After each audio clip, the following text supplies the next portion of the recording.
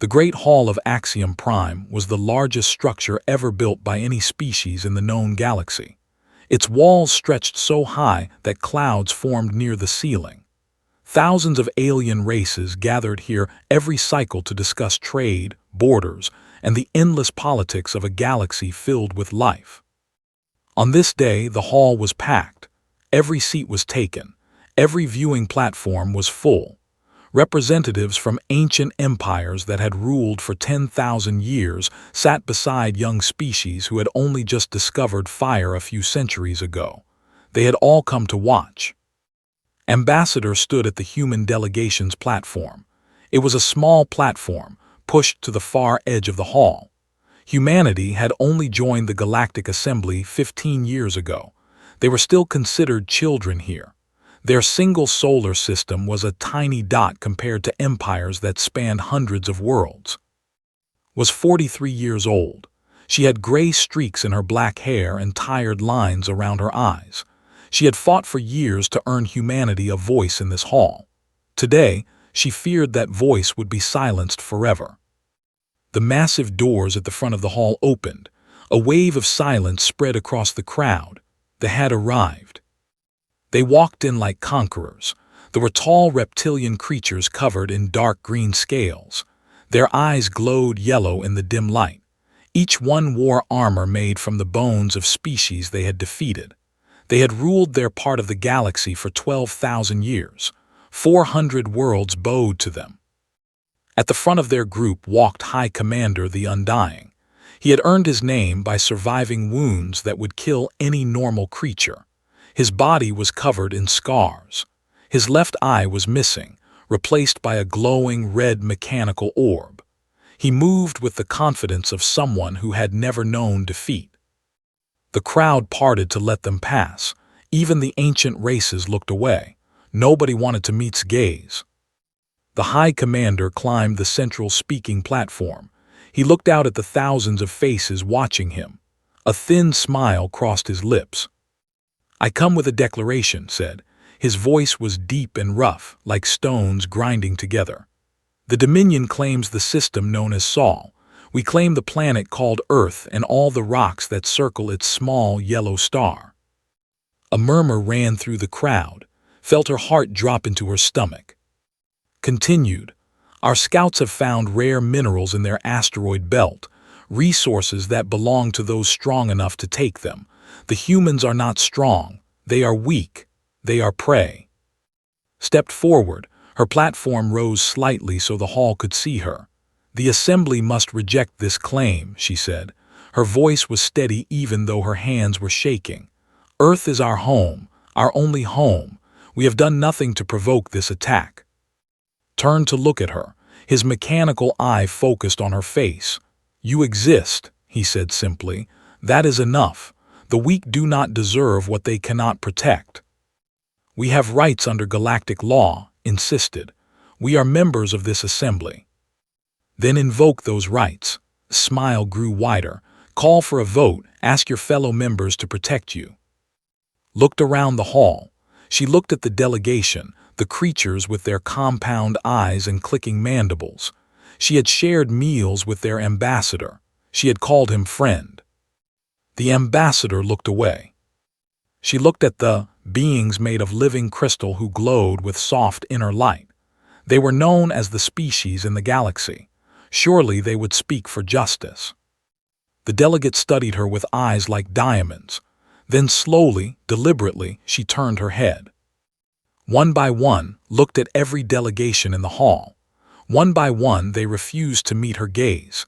The ancient empires, the young republics, the trading federations, the religious orders, all of them looked away. Laughed. It was an ugly sound. "You see, little human, this is how the galaxy works. The strong take, the weak die, and everyone else watches in silence." He raised his clawed hand. "I invoke the right of conquest. By ancient law, no species may interfere with this war. Earth stands alone against the Dominion. We will give you one cycle to prepare. Then we come." The hall erupted in noise. Species shouted and argued. Some cheered. Most simply talked among themselves, discussing odds and making bets on how long humanity would last. Stood frozen on her platform. A diplomat leaned toward his companion. His words were not meant for her ears, but she heard them anyway. Another young species erased, he clicked. It is the way of things. They will be forgotten within a generation. Transmitted the news to Earth that night. The message traveled across light years in seconds through the quantum relay network. By morning, every human alive knew what was coming. In the underground war chamber beneath what used to be Geneva, the leaders of humanity gathered. Presidents and generals, scientists and admirals. They stood around a holographic display that showed their solar system in glowing blue light. General stood at the center. He was 60 years old with a shaved head and a face like carved stone. He had spent his entire life preparing for a war he hoped would never come. "How many ships?" he asked quietly. 2,000 confirmed, his aide replied. "Possibly more in reserve. Each one is larger than our biggest cruiser. Their weapons can crack planets." "And our fleet?" 84 combat-ready vessels, sir. Another 30 that can be armed within the cycle." The room was silent. The math was simple. It was impossible. General stared at the display for a long moment. Then he smiled. It was not a happy smile. It was the smile of a man who had finally found the enemy he had been waiting for. "They think we are weak," he said.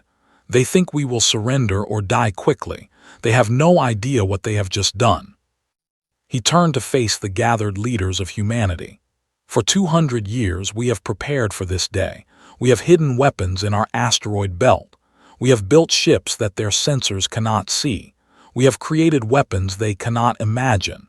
We did this because we knew the truth about the galaxy. We knew that one day someone would come to take everything from us." He placed his hand on the holographic display. Earth glowed beneath his fingers. "They declared war on Earth," General said, "and the galaxy watched in silence. Good. Let them watch. Let them see what happens when you corner a species with nowhere left to run." He looked at each person in the room.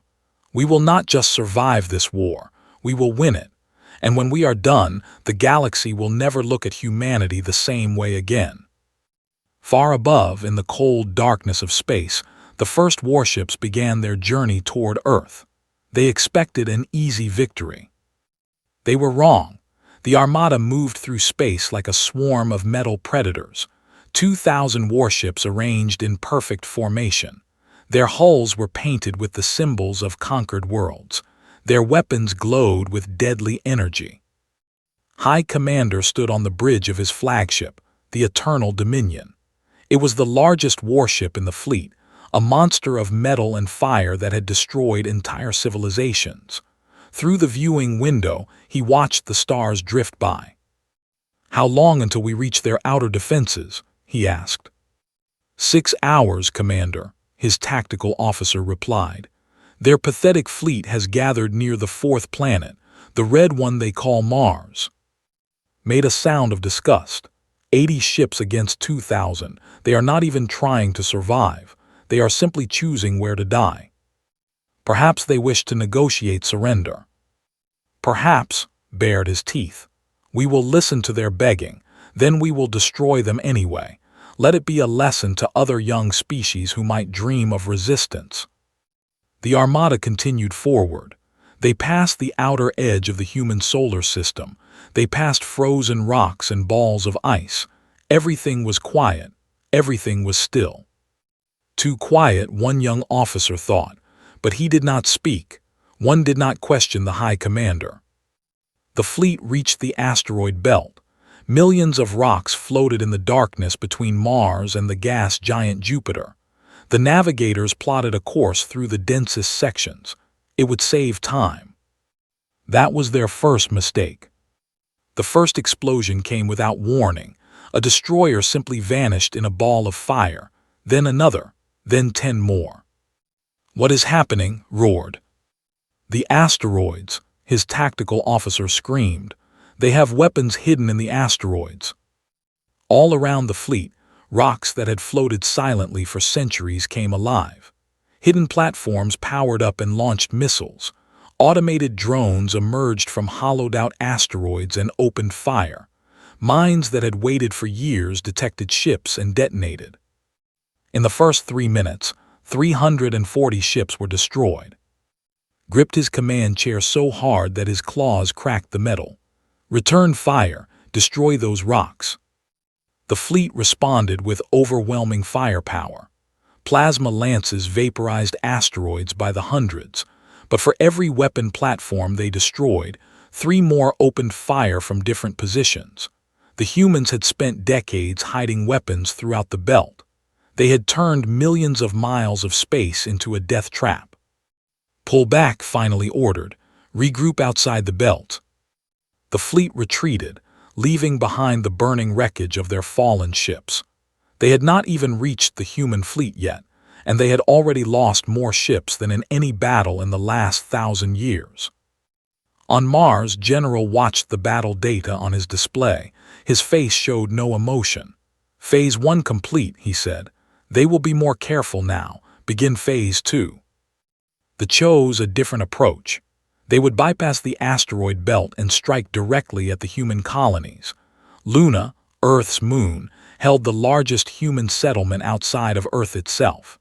3 million people lived in domed cities across its gray surface.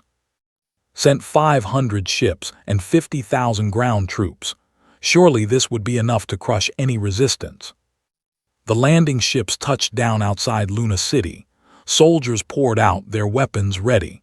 They expected terrified civilians. They expected quick surrender. They found neither. The first wave of soldiers entered the outer tunnels of Luna City. The lights went out. In the darkness they heard sounds, movement, breathing. Then the shooting started. Human soldiers attacked from every direction. They used the tunnels and maintenance shafts that they knew perfectly. They appeared, fired, and vanished before they could respond. When they tried to chase them, they ran into traps, explosive charges, collapsing tunnels, poison gas. They were stronger than humans. They could heal from terrible wounds. Their armor could stop most weapons, but none of that mattered when the ceiling fell on them. None of that helped when bombs exploded beneath their feet. Captain led his unit deeper into the colony. They had lost half their soldiers already. He did not understand how this was possible. The humans were supposed to be weak. They were supposed to be prey. A human soldier stepped out of the shadows ahead. She was small, barely reaching his chest. She was wounded, bleeding from cuts on her face and arms. Her rifle was empty. "Surrender," hissed. "Surrender and you will be given a quick death." The human smiled. It was not a smile of fear. It was a smile of triumph. "Do not understand humans," she said. "We do not surrender. We do not give up. And when we cannot win, we make sure you lose too." She pressed a button on her wrist. The explosion destroyed an entire section of the tunnel. Captain and his entire unit died instantly. The human soldier died with them, still smiling. This scene repeated across Luna. Human soldiers fought until their weapons were empty. Then they fought with knives, then with their bare hands. And when they could not fight anymore, they detonated explosives strapped to their bodies, taking as many enemies with them as possible. After 3 days of fighting, they controlled Luna City. But they had lost 40,000 soldiers to capture it. 40,000 of their best warriors, killed by creatures half their size who refused to admit they were beaten. Captain's final transmission reached High Commander before the explosion cut it off. Listen to it again and again. "They do not surrender, they do not retreat, they are insane." Sat alone on his bridge, staring at the casualty reports. He had expected to lose perhaps 100 soldiers taking Luna. He had lost 40,000. He had expected the war to last a few weeks. Now he was not sure it would ever end. Far away, on Axiom Prime, the viewing galleries were packed with spectators. What had been expected to be a boring execution had become the most watched event in galactic history. Species who had dismissed humanity as irrelevant now leaned forward in their seats, unable to look away. The delegate watched the battle footage with her crystalline eyes. Beside her, an ambassador clicked his mandibles nervously. "This is not normal," he said. "No species fights like this. They treat death as a weapon."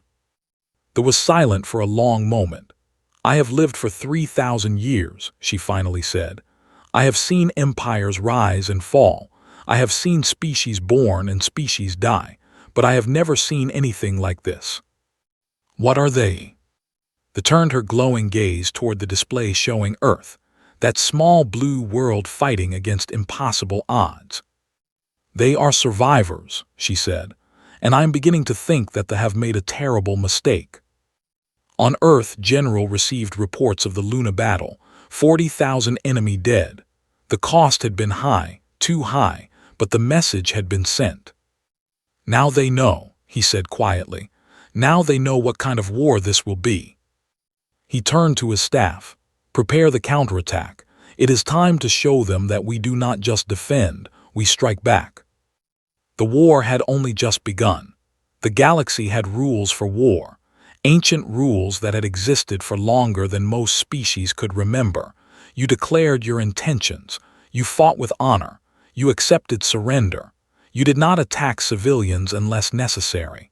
You did not use weapons that caused suffering beyond what was needed for victory. Humanity had never agreed to these rules, and now the galaxy would learn what that meant. General stood before the United Earth Council. The leaders of humanity watched him with tired eyes. The war had lasted 2 months now. They had held the line, but the cost was terrible. Millions of humans had died. More would follow. "We cannot win by defending," said. "They have more ships, more soldiers, more resources. If we only defend, we will eventually lose. We need to change the nature of this war." "What do you propose?" the council president asked. Pressed a button. A holographic map appeared, showing not the solar system, but the entire Dominion. 400 worlds spread across a quarter of the galaxy. "We attack," he said. "Not their fleet, their home." The council members looked at each other. This was not defense. This was something else entirely. "We have spent decades building ships that cannot detect," continued.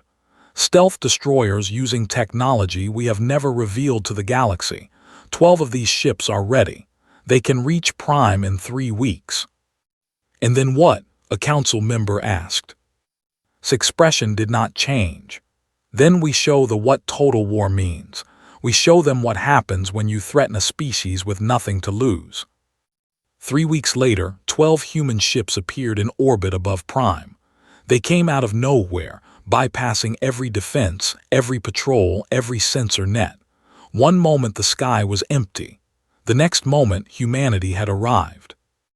There was a massive planet, 3 times the size of Earth.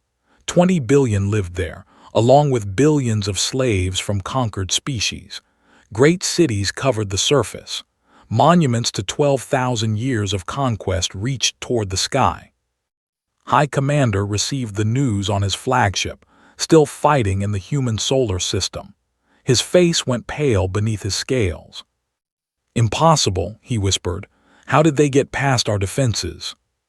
His communications officer spoke with a trembling voice.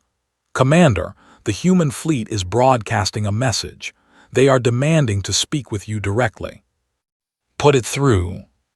General's face appeared on the screen. He looked calm, almost peaceful. Behind him could see the bridge of a human warship. "High Commander said, I am speaking to you from orbit above you. My weapons are aimed at your cities. I have a simple message." His claws dug into his chair. "You dare threaten Prime. You will die for this insult." "Perhaps," replied, "but your cities will die first. You have 6 hours to withdraw your fleet from human space. If you refuse, I will destroy the city of Or. 18 million of your people will die. Then I will wait 6 more hours. If you still refuse, I will destroy another city, and another, and another. I have enough weapons to continue this for a very long time." Stared at the human in disbelief. You would murder civilians, millions of innocent people. You came to do the same to Earth. You called us prey. You said the weak do not deserve what they cannot protect. Leaned forward. We are not weak, Commander, and we will protect our home with everything we have, including this. This is not war, roared. This is butchery. The galaxy will condemn you. The galaxy watched in silence when you declared war on us. They refused to help. They made their choice. Now we make ours. His voice was cold as ice. 6 hours, Commander. The clock starts now. The transmission ended. Contacted Prime immediately. He ordered the planetary defense fleet to destroy the human ships, but the humans were using some kind of technology his people had never seen. The stealth destroyers moved like ghosts, appearing and disappearing at will. Every missile missed. Every weapon failed to find its target. 6 hours passed. Did not withdraw his fleet. He believed it was a bluff. Humans were prey animals. They did not have the resolve to kill millions. They were soft. They were weak. He was wrong. A single kinetic bombardment struck the city of Or. The projectile was nothing more than a large piece of metal, but it fell from orbit at tremendous speed. The impact released more energy than a nuclear weapon. 18 million died in seconds. The city that had stood for 8,000 years was gone.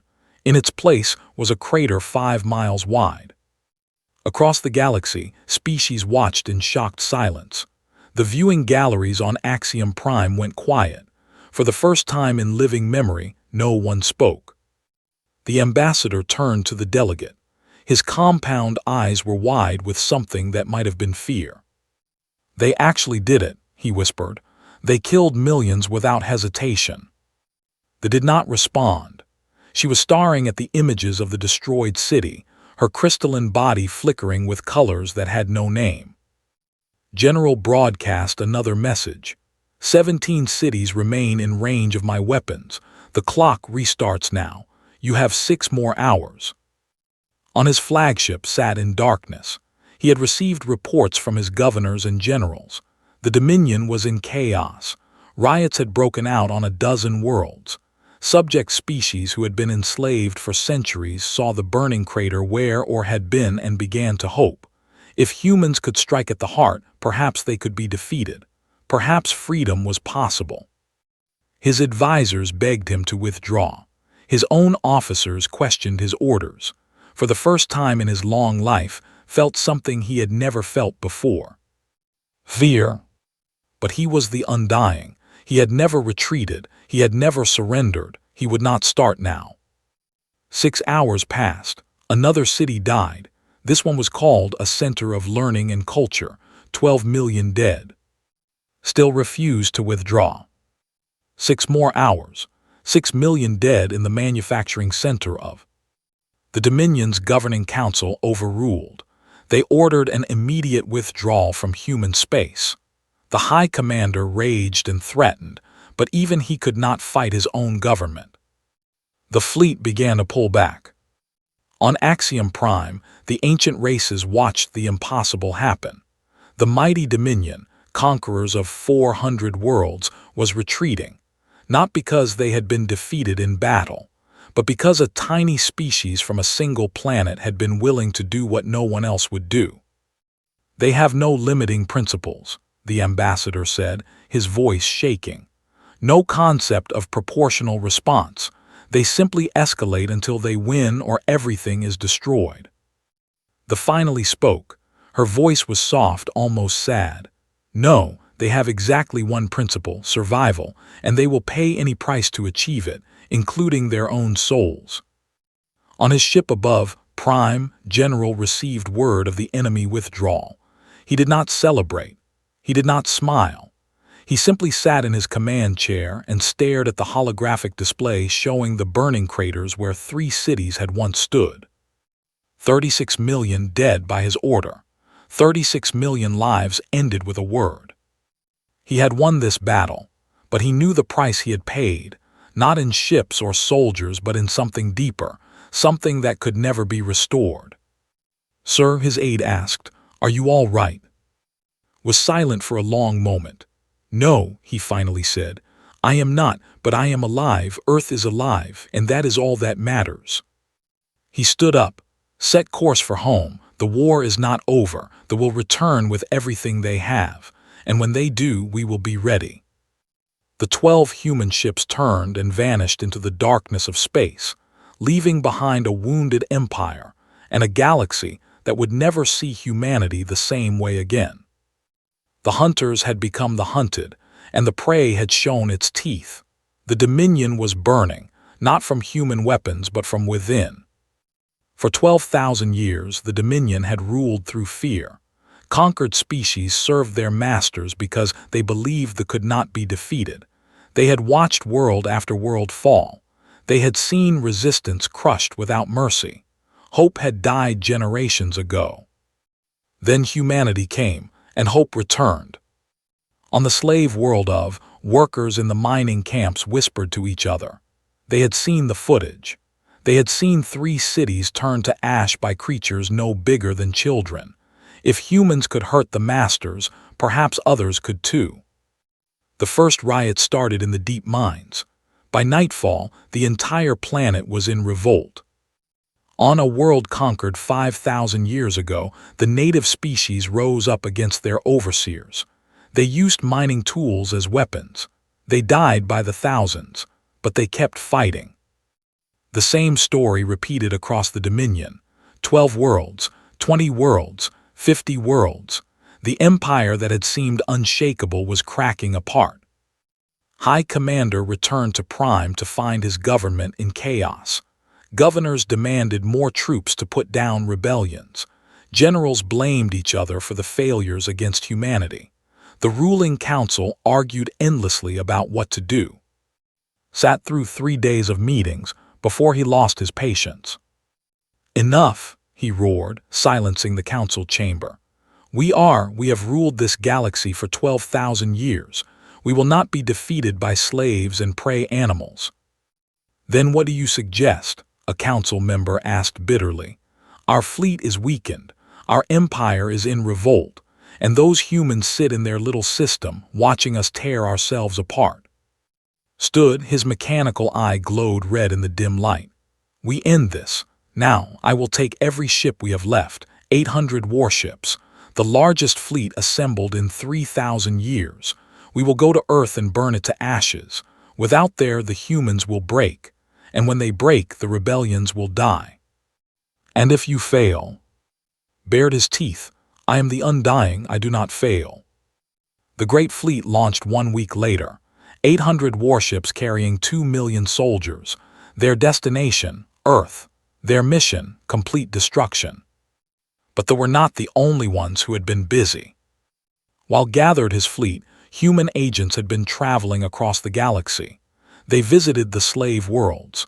They contacted the rebellion leaders. They shared weapons, tactics, and something more valuable than either.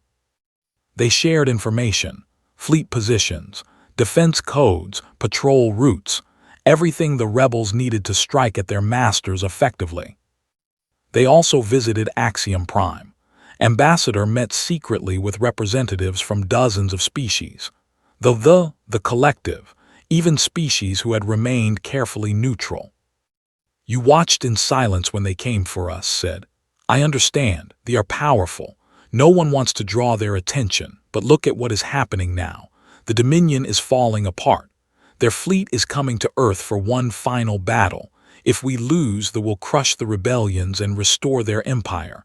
They will be stronger than ever, and they will remember that you did nothing to help them." The ambassador shifted uncomfortably. "And if you win?" "If we win, the Dominion falls. 400 worlds become free. The balance of power in the galaxy changes forever." Leaned forward. "All we ask is that you witness. Come to Earth. Watch the battle. Let them know that the galaxy is watching. Let them know that if they lose, there will be no help for them, no rescue, no mercy." The delegate spoke. "You ask us to come not as allies but as witnesses." "Yes, that is all." "And what happens after, if humanity wins?" Smiled. It was the tired smile of someone who had seen too much. Then we talk about what comes next, but first we have to survive. The fleet arrived in the solar system on a clear spring day. 800 warships filled the sky like a storm of metal and fire. They had come to end humanity forever. General stood on Earth's orbital defense station, watching the enemy approach. Around him, every screen showed the same image, an overwhelming force coming to destroy everything he loved. "Status report," he said quietly. "All defense platforms active, ground batteries charged, our fleet is in position." His aide paused. "General, we have 120 ships against 800. The math has not changed." "I know." Turn to look at Earth through the observation window. Blue oceans, green continents, white clouds, home. But wars are not won by math alone. The Battle of Earth began at noon. Ships opened fire on the orbital defenses. Human ships rushed to meet them. The sky filled with explosions and debris. For 12 hours the battle raged. Human ships fell. Defense platforms were destroyed. Slowly, inevitably, the pushed through. Watched from his command chair as his fleet broke through the final defensive line. Earth lay before him, unprotected. He gave the order to begin bombardment. Then his sensor officer spoke in a confused voice. "Commander, we are detecting new contacts."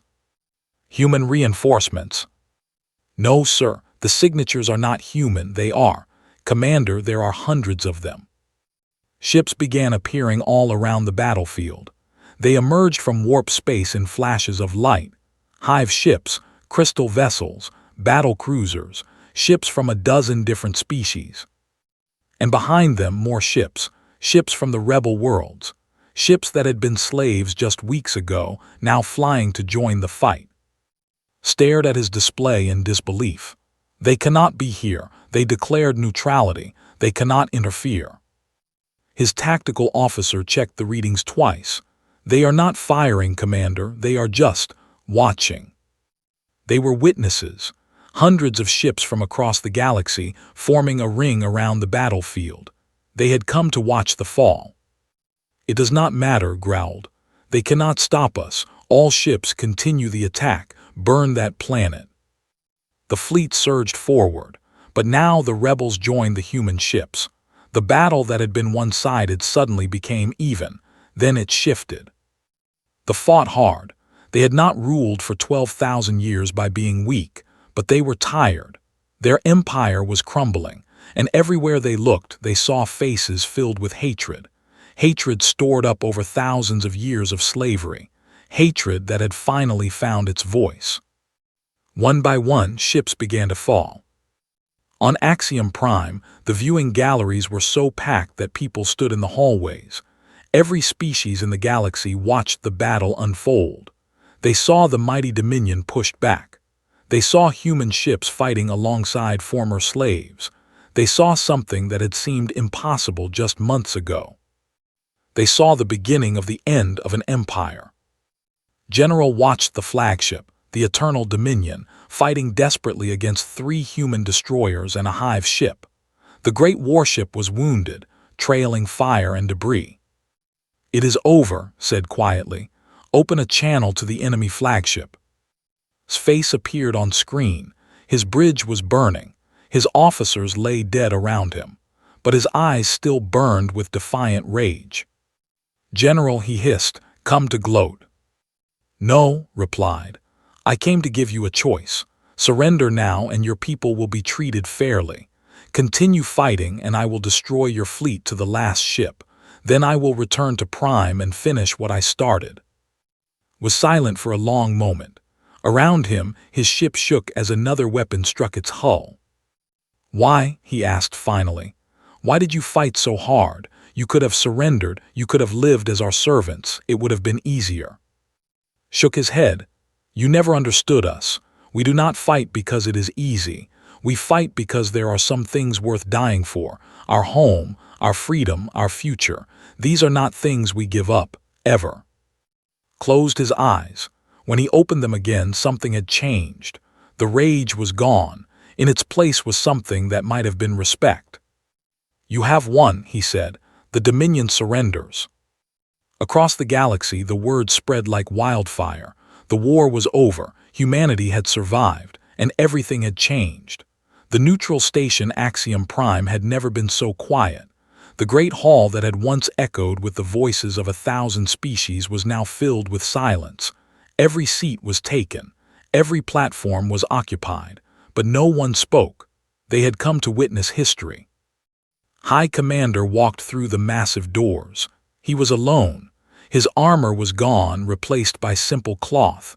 His weapons had been taken. His fleet was destroyed. His empire was falling apart. He walked like a man going to his execution.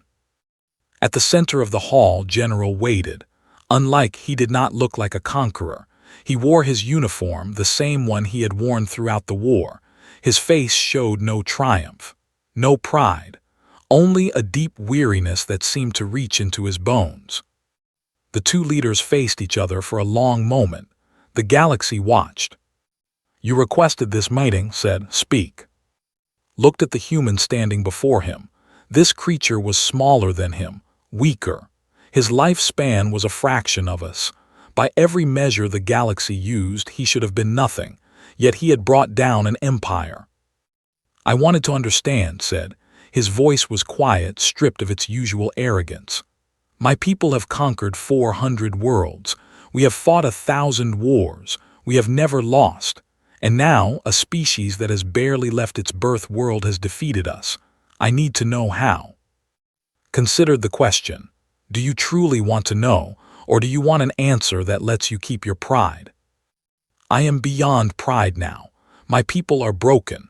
My name will be remembered as the one who led us to ruin. I will spend whatever years I have left living with that shame." His mechanical eye flickered. "The least I can do is understand why."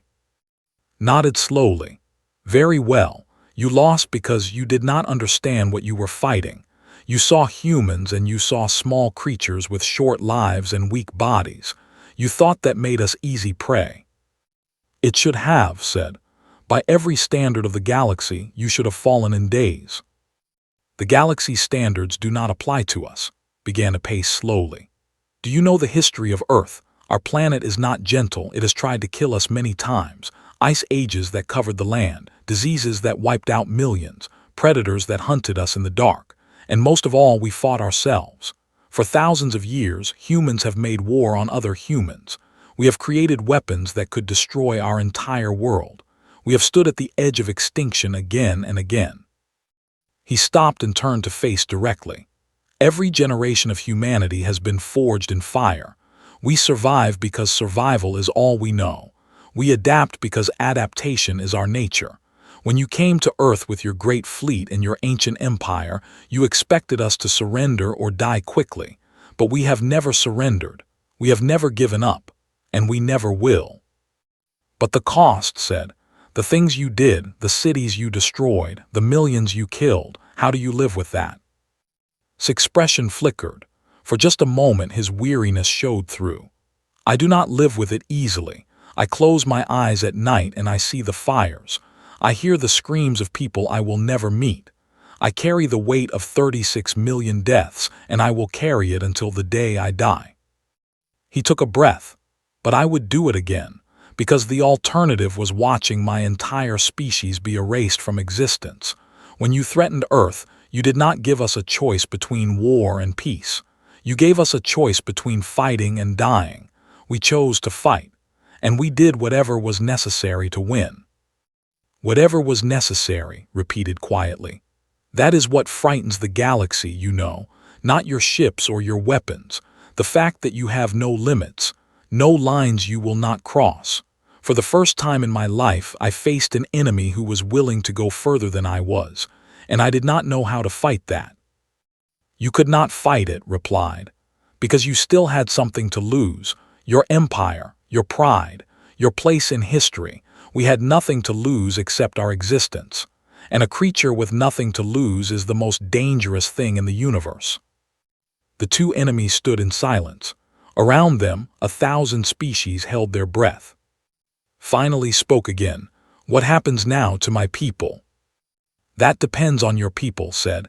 "The Dominion is finished. The worlds you conquered will be free. Your military will be reduced to a defensive force, but we are not here to destroy we are not conquerors. Then what are you? Smiled slightly. It was the first time he had smiled in months. We are survivors. We fight to protect what we have, not to take what belongs to others. Your people will rebuild. They will learn to live as equals instead of masters. It will be hard, but it is possible. And if some refuse, if they try to rebuild the Dominion, then they will learn the same lesson you learned. Smile faded. We did not want this war. We did not start it, but we finished it. And we will finish any war that threatens our home or the freedom of the species who fought beside us. That is not a threat. It is a promise. Lowered his head. I understand. He was quiet for a moment. I have one last question. When this is over, when the treaties are signed and the borders are drawn, what will you do? You could rule the galaxy now. Every species saw what you are capable of. They would follow you out of fear if nothing else. Shook his head. We do not want to rule, we never did. We want to live. We want to explore the stars and build new worlds and raise our children in peace. That is all we have ever wanted. He looked up at the silent assembly, at the thousands of faces watching them. The galaxy watched in silence when we faced extinction. We do not forget that, but we also do not hold grudges. We offer the same thing to everyone, partnership or silence. Work with us and we will be the best friends you have ever had. Stand against us and, well, you have seen what happens. Ambassador stepped forward. She had watched the entire conversation without speaking. Now she addressed the assembly. The war is over, she announced. Her voice carried across the great hall. The Dominion has surrendered unconditionally. 400 worlds are now free. The galaxy has changed forever. She paused, looking at the faces of 1,000 different species. Some showed fear, some showed hope, some showed things that had no name. Humanity did not ask for this war. We did not want to prove ourselves through violence. But when we were tested, we did not break. We want peace. We want friendship. We want to take our place among the stars as equals, not as conquerors. Her voice grew stronger. But let this day be remembered. Let every species in this galaxy understand. Humanity will never again face extinction in silence. We will fight. We will survive. And if we must, we will burn the galaxy to ashes before we let our home die. The hall was silent for a long moment. Then, slowly, the delegation stood. Their ambassador pressed his claws together in the gesture of deep respect. The stood next, their crystal bodies glowing with soft light. Then dozens more species, rising one by one to acknowledge what humanity had done. By the time it was over, almost every delegation in the hall was standing, not out of fear, not out of submission, but out of respect for a species that had earned its place among the stars in fire and blood. 50 years passed. The galaxy changed in ways no one had expected. The former slave worlds of the Dominion became independent nations. Some flourished, some struggled, but all of them were free. Humanity spread across the stars. They built colonies on 100 worlds. They formed alliances with species who had once ignored them. They became leaders not through conquest, but through innovation and determination. On a university world far from Earth, a young student sat in a history class. Her scales were a lighter green than her ancestors, and her eyes were curious rather than hostile. She raised her hand. "Professor," she said, "I have a question about the Great War." Her professor was human, an old man with gray hair and a walking cane. He had fought in that war, though he rarely spoke of it. "Yes."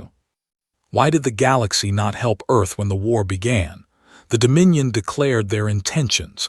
Everyone knew what would happen. Why did they just watch? The professor was silent for a long moment. He looked out the window at the stars, at the vast galaxy that had once turned its back on his people.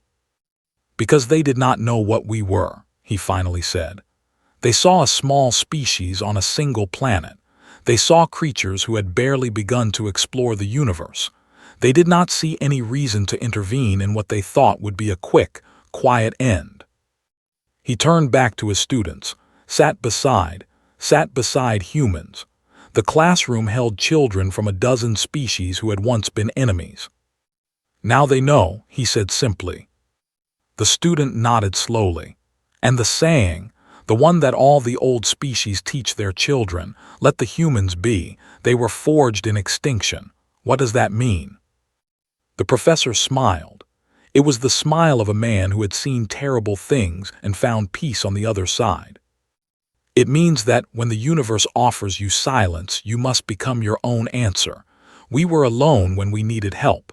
We survived anyway, and we will never forget that lesson." He looked at his students, at the future of a changed galaxy. "Now, who can tell me about the Treaty of Axiom Prime?" The class continued.